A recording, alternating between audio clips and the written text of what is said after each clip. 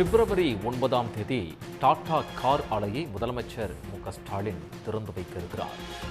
ராணிப்பேட்டையில் Tata Motors குழுமம் ரூபாய் 9,000 கோடியில் ஜாக்வார் லேண்ட் ரோவர் ஆலையை அமைத்திருக்கிறது. இது பற்றிய மேல் விவரங்களை வழங்குவதற்காக செய்தியாளர் கண்ணன் இணைகிறார். கண்ணன், விவரங்கள்.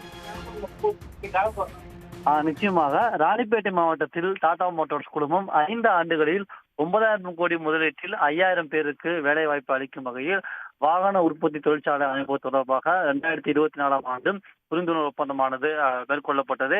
இதனைத் தொடர்ந்து பல்வேறு கட்ட பணிகள் மேற்கொள்ளப்பட்டு 2024ஆம் ஆண்டு செப்டம்பர் மாதமே இந்த தொழிற்சாலைக்கு கட்டுமான பணிகளுக்கு முதலமைச்சர் மு.க.ஸ்டாலின் அடிக்கல் நாட்டினார்.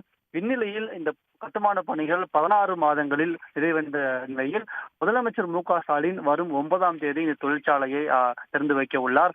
முதல் கட்டமாக ரேஞ்ச் ரோவர் எவோக் வகை கார்கள் இந்த தொழிற்சாலையில் உற்பத்தி செய்யப்பட உள்ளது.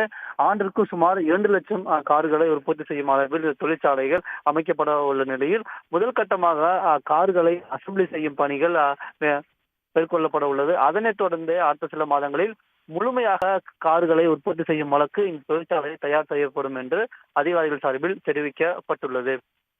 உடனுக்குடன் செய்திகளை தெரிந்து கொள்ள சன் நியூஸ் பெல் ஐகானை கிளிக் பண்ணுங்க.